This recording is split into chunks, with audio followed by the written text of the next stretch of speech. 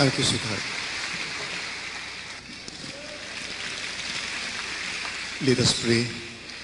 Dearest Heavenly Father, thus, my dearest brethren, my dearest fellow countrymen, and our beloved peoples of the world,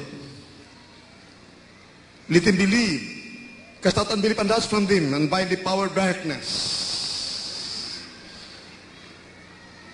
He'll be bring for thy message in Jesus' name. Amen and amen. Hallelujah. Praise the Lord. Hallelujah. Praise the Lord. Amen and amen. Praise the Lord. Hallelujah. My dear fellow countrymen, our loving Heavenly Father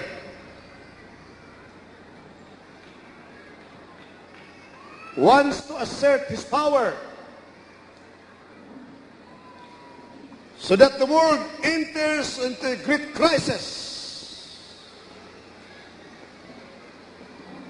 Through the power of God unto salvation,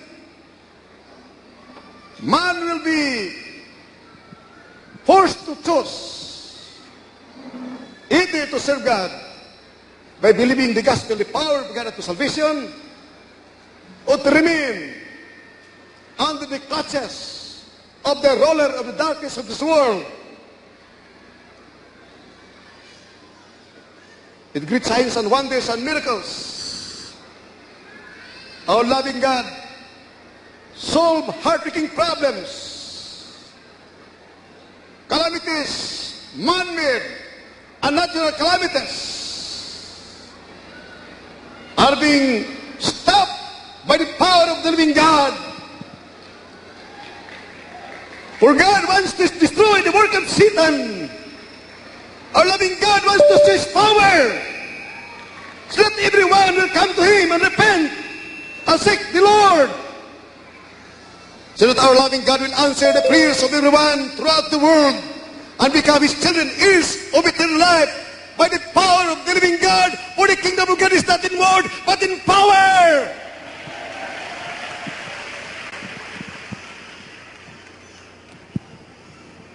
Power to change a man from a sinful life to a holy life.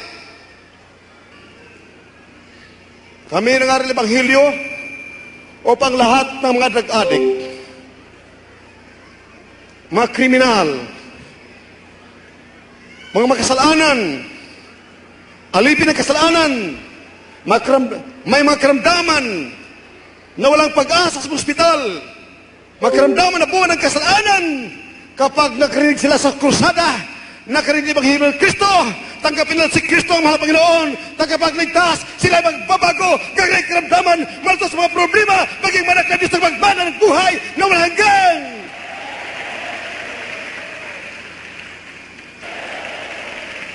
Sundan po ninyo, minamahal, dahil napakahalaga ng kaligtasan.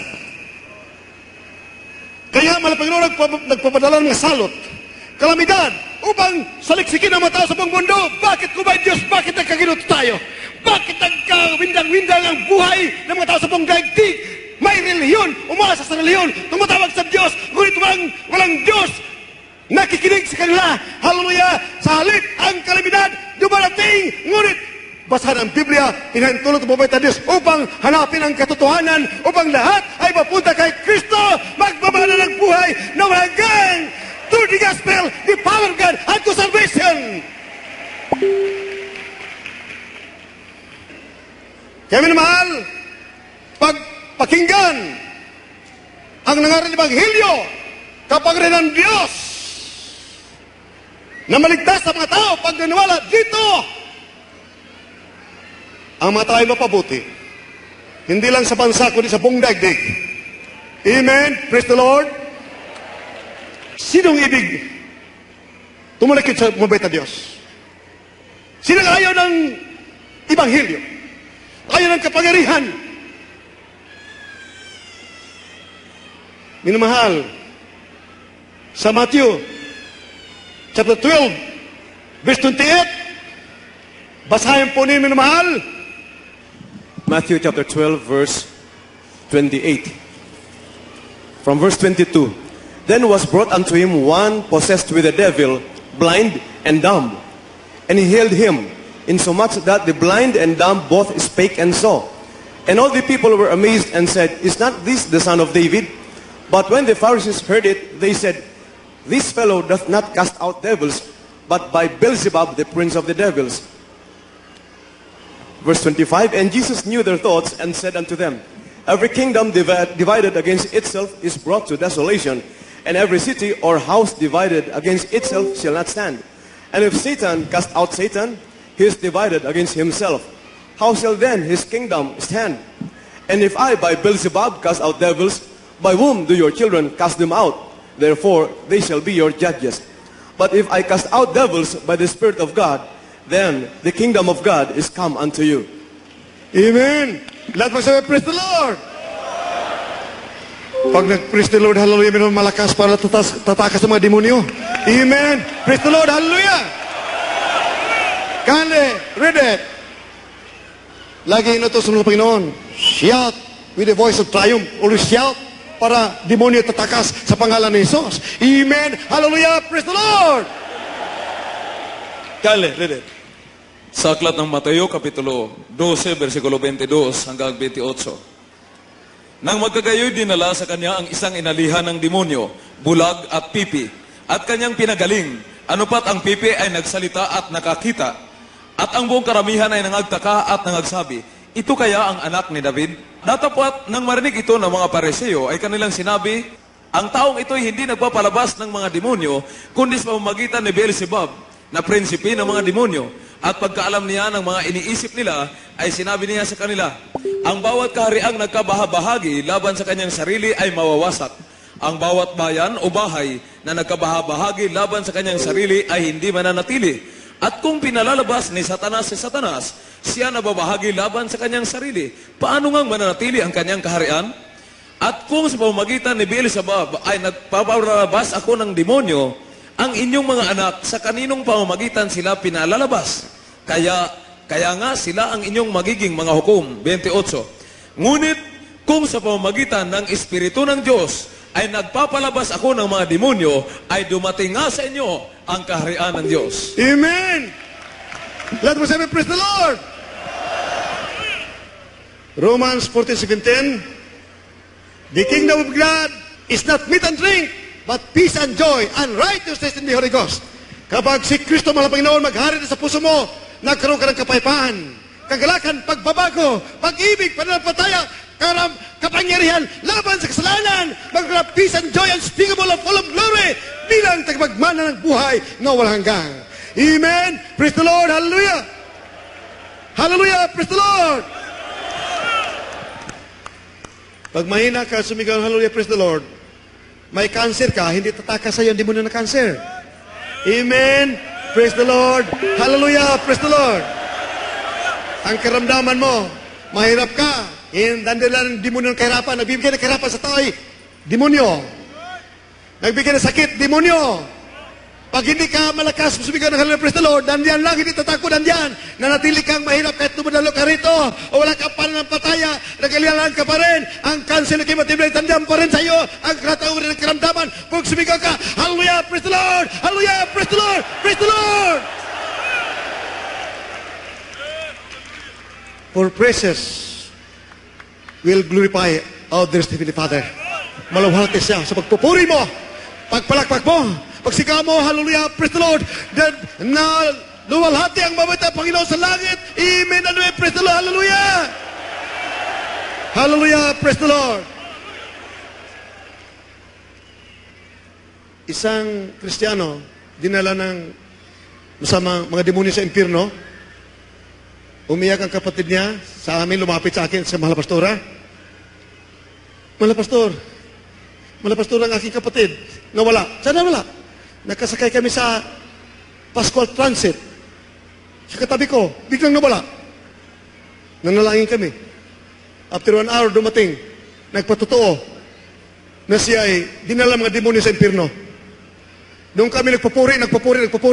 Sabi ni Satanas, pagkawala ninyo, nagpupuri na taga Jesus Ministry. Pagkawala siya na nanginig. Hallelujah, praise the Lord. pag napupuri na pala ang mga sins of God, parang napapaso ang mga demoni sa impyerno.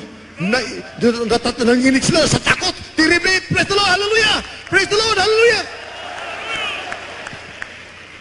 Kami na mahal, lahat ng ginagawa ng papapagaling, gawa ng mabuting Panginoon. Mabuti ginagawa natin, mabuti dahil ang Diyos ay sumat sa atin. Hallelujah! Ginagawa mabuti pag magbabago ang lipunan, magkaroon ang tunay na Kristyanismo, pag-ibig, pagmamahalan, at buhay na walang hanggang. Amen! Praise the Lord! Hallelujah!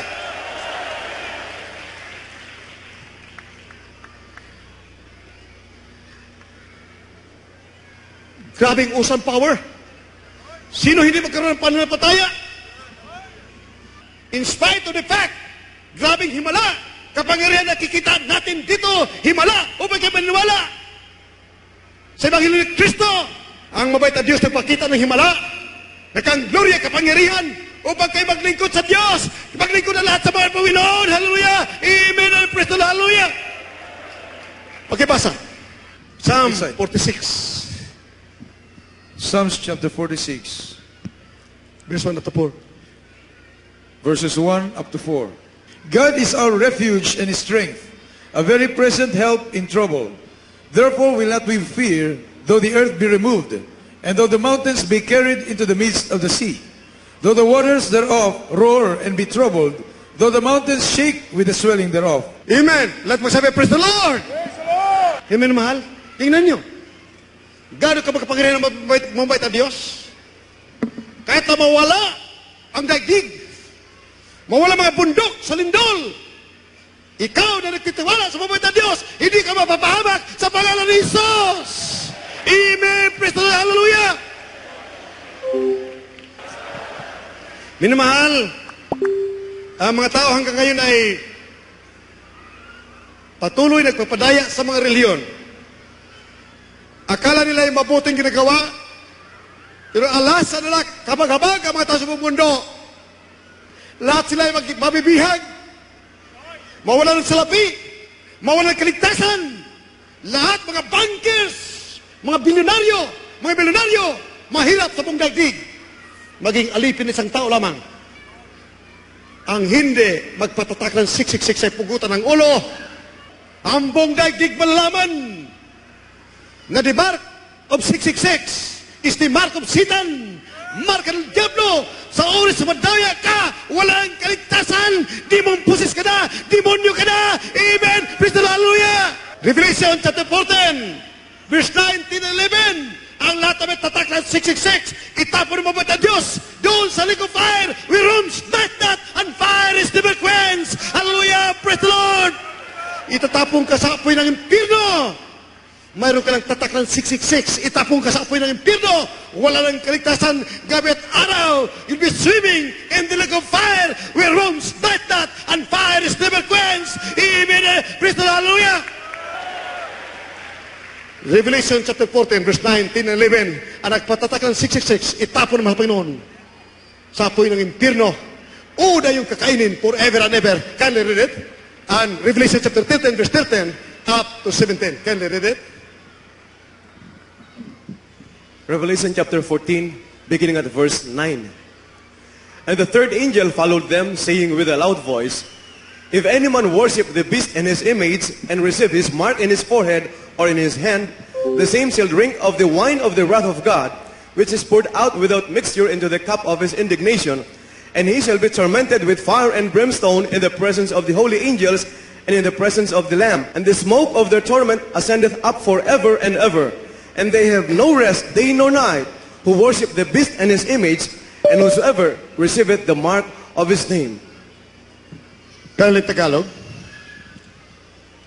Apokalipsis, Kapitulo 14, versikulo 9 hanggang 11. At ang ibang anghel, ang pangatlo ay sumunod sa kanila, na nagsasabi ng malakas na tinig, kung ang sino man ay sumasamba sa hayop at sa kanyang larawan, at tumatanggap ng tanda sa kanyang noo o sa kanyang kamay, ay inom din naman siya ng alak ng kagalitan ng Diyos, na nahahandang walang halo sa inuman ng kanyang kagalitan. At siya'y pahihirapan ng apoy at asupre sa harapan ng mga banal na anghel at sa harapan ng kordero. 11. At ang usok ng hirap nila ay napailan lang magpakailan-kailanman. At sila'y walang kapahingahan araw at gabi. silang mga nagsisamba sa hayop at sa kanyang larawan, at sino mang tumatanggap ng tanda ng kanyang pangalan. Lahat masabi, praise the Lord. Minamahal, kapag alanganin ay yung pagkakristyano, alanganin yung pag-ibig mo ng langit, alanganin yung pag-ibig mo ng langit, 50-50 ka lang. Hilaw na kristyano, piliin mo ngayon, magpatatak ng 666, kaysa mag-iyakan mga anak mo, walang makain, hindi na makapag-aral, hindi makadegosyo, hindi bigyan ng hanap buhay, hindi makapangista, hindi makatravel, pag wala sa tatak ng 666. Revelation chapter 13, verse 13, 14, 15, minamahal, maingganyo ka minamahal. Dahil pugutan ka ng ulo kapag wala kang tatak ng 666. After the Great Tribulation, ang tribulation ay 7 years. Great ay 3 years and a half. 42 months. The greatest tribulation, ang lahat na mga on fire with the Lord. Matapat mga Kristiyano, nagpupuri araw at gabi, Miyerkules, Biyernes, Linggo, dumadalo, nagpupuri kahit walang makain, puri ng puri, may bagyo, walang bagyo, patuloy ang pupuri sa Diyos. You'll be caught up in the air. You'll be caught up in the clouds to meet the Lord in the air. Hindi ka nadadaan sa libingan. Kukunin ka, banal, Church of the Living God, a perfect church without blemish, without wrinkles, spotless, that will be brought to heaven. Dahil sa langit, Kristiyanong totoo, Church of the Living God. Amen and praise the Lord. Hallelujah. Nasa tribulation na tayo, minamahal. Pagkatapos ng 3 years and a half, greatest tribulation, mag-start ang pugutan ng ulo. Ang naiwan sa rapture, pabanjing-banjing, hindi nabibigay ng tithes and offering, nag-absent, hindi ka overnight, Sunday Christian, maiwan sa rapture. Revelation chapter 20, verses 4, 5, and 6. And I saw thrones, and they sat upon them, and judgment was given unto them. And I saw the souls of them that were beheaded for the witness of Jesus, and for the word of God, and which had not worshipped the beast, neither his image, neither had received his mark upon their foreheads or in their hands. And they lived and reigned with Christ 1,000 years. Lahat pagsabi, praise the Lord. Amen, praise the Lord. Beware! Humanda ang mga Kristiyano. Nandito tayo, minamahal, nakita ang kapangyarihan dito. Walang kahit billions na mga demonyo sa impyerno. Hindi manaig sa Diyos of the living God. Amen, praise the Lord, hallelujah. Kindly, read it. In Tagalog, then Revelation chapter 13, verse 13 up to 17. Tagalog mamaya, minamahal. Apokalipsis Kapitulo 20, versikulo 4, 5 hanggang 6. At nakakita ko ng mga luklukan at mga nagsisilukluk sa mga ito. Sila'y pinagkaluuban ng paghatol at nakita ko ang mga kaluluwa ng mga pinugutan ng ulo dahil sa patutuo na Jesus at dahil sa salita ng Diyos at ang mga hindi sumamba sa hayop o sa kanyang larawan man at hindi tumatanggap ng tanda sa kanilang noo at sa kanilang kamay. At sila'y nangabuhay at nagsipagharing kasama ni Kristo sa loob ng 1,000 taon. Ang mga iba sa mga patay ay hindi nangabuhay hanggang sa naganap ang 1,000 taon. Ito ang unang pagkabuhay na maguli. Mapalad at banal ang mga kalakip sa unang pagkabuhay na maguli. Sa mga ito'y walang kapangyarihan ang ikalawang kamatayan, kundi sila'y magiging mga saserdote ng Diyos at ni Kristo at mga gaharing kasama niya sa loob ng 1,000 taon. Amen. Praise the Lord. Hallelujah lahat. That is the greatest consolation to be a Christian. To live for God. Magtitiis hanggang sa wakas. At ikay maligtas sa maging kulubot. Pagtatanda, babata ka na. Tagapagmana pa ng buhay ng langgang. Walang kamatayan. 1,000 taon. Hallelujah. Hindi ka na maghanap buhay. 1,000 taon. Dito rin, minamahal, ang daigdig dito'y palitan na. Siyudad ng langit, nandito na, ibababa. Galing sa langit, bababa rito. Praise the Lord, hallelujah. Praise the Lord, glory to God. Huwag kayo matakot, minamahal. If God be with us, who can be against us? Tiyak, ang mabait na design nasa atin, tayo nasa Diyos. 2 Kings chapter 6, verse 11, up to 16. Kindly read it in Tagalog. Or in English and Tagalog. Kindly read it. 2 Kings chapter 6 from verse 11. Therefore the heart of the king of Syria was sore troubled for this thing. And he called his servants and said unto them, Will ye not shew me which of us is for the king of Israel? And one of his servants said, None, my lord, O king. But Elisha, the prophet that is in Israel, telleth the king of Israel the words that thou speakest in thy bedchamber. And he said, Go and spy where he is, that I may send and fetch him. And it was told him, saying, Behold, he is in Dothan. Therefore sent he thither horses and chariots and a great host. And they came by night and compassed the city about. And when the servant of the man of God was risen early and gone forth, behold, an host compassed the city both with horses and chariots.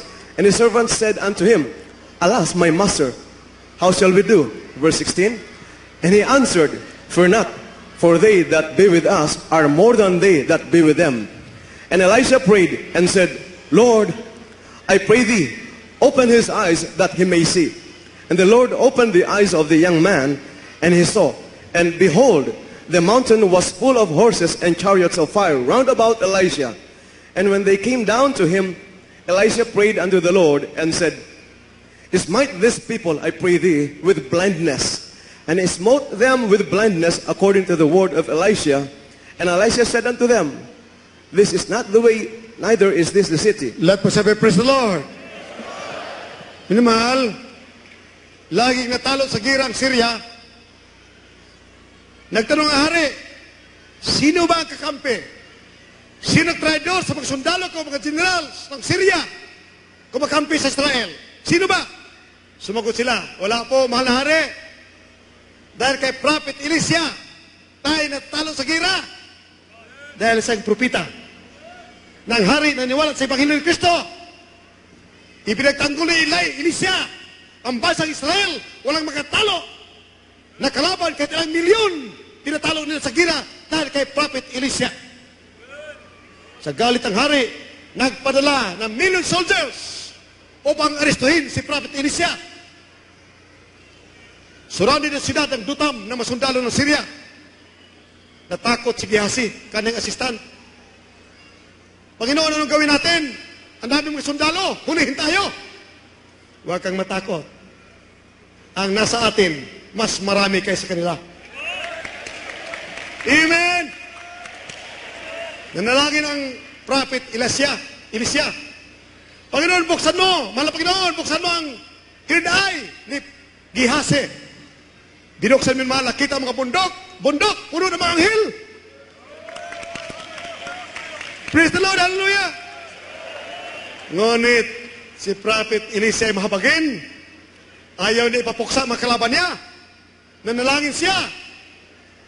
Mahal na Panginoon, bulagan mo lahat ng mga sundalong ito. Kada ka na bulag. Sa halip na siya kristuhin, arrestin lahat ang Syrian soldiers. Amen! Praise the Lord, hallelujah! Minamahal, you need the Spirit of the living God. We have been deceived for more than 2,000 years. Thousands upon thousands of religions were invented by men of materialism. Men without the Spirit of the living God. Walang Espiritu ng Diyos, walang pag-ibig, walang kapangyarihan na kayo magbabago. Makikinig ka, walang pagbabago lahat salita, lalong sasama ka sa Ebanghelyo ni Kristo, nakinig ka ni Ebanghelyo ni Kristo, magbabago ka! Ang karamdaman mo, magagaling sa pangalan ni Jesus. Ang problema mo malulutas sa pangalan ni Jesus. Amen. Praise the Lord. Amen. You need the Spirit of the living God. Galatians 5:22 and Romans 8:16. For it is the Spirit of God that bears witness in our spirit that we are the children of God. Romans 8:16, kindly read it. That we should need the Spirit of God. Power to live for God. Power against kidnappers, killers, and murderers. Against the assassins. Against the forces of evil. Against sickness and disease. Against heartbreaking problems. Against earthquakes, calamities. We need the Spirit of the living God. Kailangan the Spirit ng Diyos upang tayo magmamana ng buhay na walang hanggang. Amen. Praise the Lord. Hallelujah. Hallelujah. Praise the Lord. Kale, read it. Mga taga-Roma Kapitulo 8, versikulo 16. Ang Espiritu rin ang nagpapatotoo kasama ng ating Espiritu na tayo'y mga anak ng Diyos.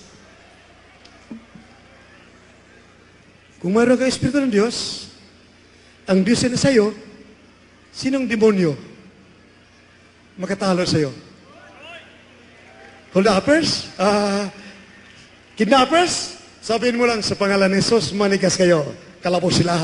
Amen. Amen. Hallelujah. Kalabos. Praise the Lord. Lahat magsabi, praise the Lord. Ahas. Kahit ilang milyon na ahas, kahit kalalaki. Sabihin mo sa pangalan ni Jesus, mamatay kayo ahas. Karakada ka mamatay sa pangalan ni Jesus. Amen. Praise the Lord. Dahil sinabi na Matthew 17, verse 16 to 21, if you fast and pray, you have faith in God, nothing shall be impossible unto you. Kaya walang imposible sa akin. Bakit? Lagi ako nanalangin at mayroon ako pananampalataya sa mabait na Panginoon.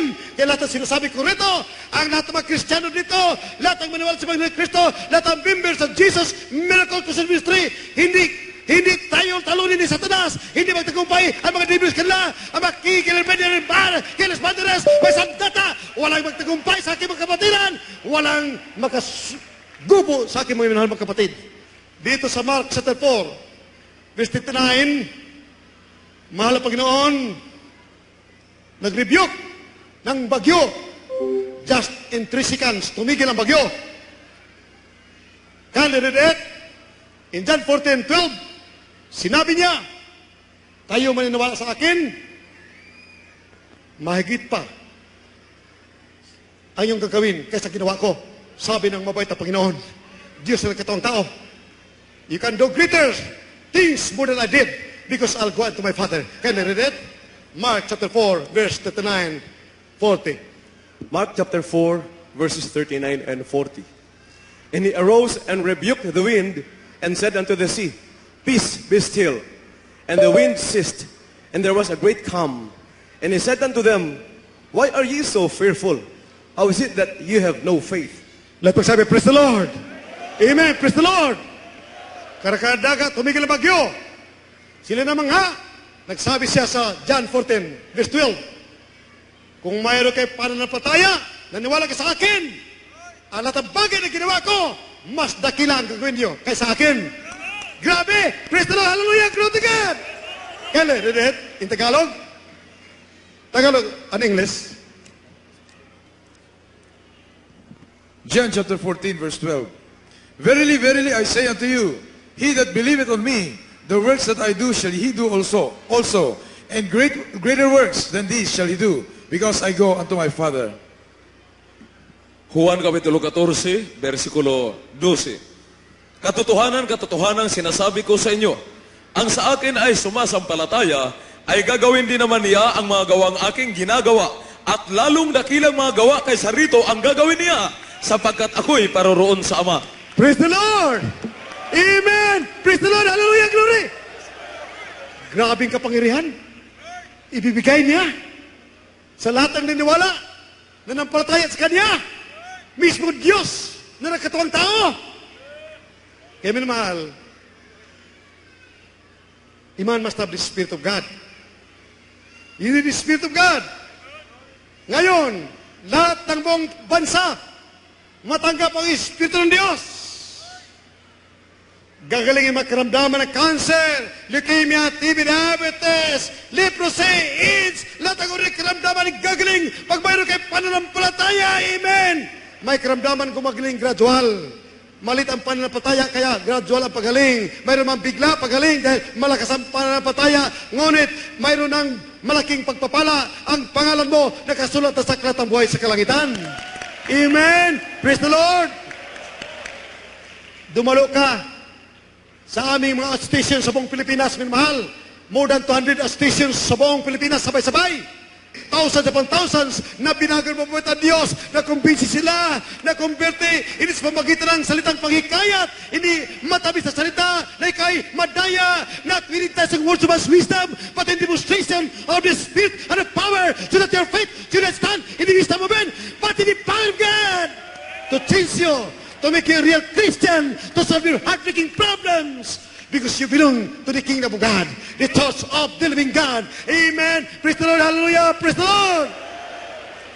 When you receive the Spirit of the living God, out of your belly shall flow rivers of living water. Tubig ng buhay, kagalakan, kapayapaan, bunga ng Espiritu Santo, pananampalataya, faithfulness, joy, unspeakable, full of glory, meekness, gentleness. Hallelujah! Praise the Lord! Against Satanis Nolo, laban dito walang batas ng kalikasan ng kamatayan, walang batas ng kalikasan ng kasalanan. Can I read it? In Galatians 5:22. Galatians chapter 5 verses 22 and 23. But the fruit of the Spirit is love, joy, peace, long-suffering, gentleness, goodness, faith, meekness, temperance. Against such there is no law. Laban dito ay walang batas ng kalikasan ng kamatayan. Dati-rati kayo alipin ng kasalanan. Kapag kayo naging Kristiyano may Kristo, after baptism in Jesus' name, mawala na ang human nature to commit sin. Mawala na ang human nature to die. For the Lord, the Spirit of life in Christ Jesus will make you powerful against the law of sin and death. Amen. Praise the Lord. Hallelujah. You'll be over and above the law of sin and death. Hallelujah. For the Lord, the Spirit of life in Christ Jesus will make you free from the law of sin and death. Amen. Praise the Lord. Hallelujah. Praise the Lord. Very convincing. Sabi ko sa inyo, kapag Kristiyano may Kristo ka, walang makatakot na demonyo sa iyo. Ang demonyo tatakas. Takot tayo! Takot tayo! Amen! Praise the Lord! Hallelujah! Wala nang kamatayan. Wala kang ikatakot na kamatayan. Dahil sinabi ng Biblia, for me to live is Christ and to rise again. In death, there is victory. Sa kamatayan ay may gloria, victorio. Nasa langit ka na. Victory in death. There is victory in death. Hallelujah. For you to live is Christ and to die is gain. Hallelujah. The moment you have the Spirit of the living God, you are over and above the law of sin and death. For the Lord, the Spirit of life in Christ Jesus will make you free from the law of sin and death. Amen. Praise the Lord. Hallelujah. You need the Spirit of the living God to enter the gates of heaven and to triumph over Satan against all offers, kidnappers, killers, and murderers in these perilous times. Grabe ganun delikadong panahon, minamahal. May mga lindol, mga super typhoons. Huwag kang matakot pag ikay anak ng mabait na Diyos. Stand still and you shall see the salvation of the Lord. Amen. Ang kalaban mo, hindi magtagumpay laban sa iyo. Dahil sinabi ito, the battle is not yours but God's. Ang laban ito ay hindi sa iyo, kundi sa Diyos. Then you can sing a song. As for me, lahat ng mga pagguhan dito, bumaba kayo minamahal, go to the front, anak chief, lead out this Jesus into your hearts and become a temple of the living God.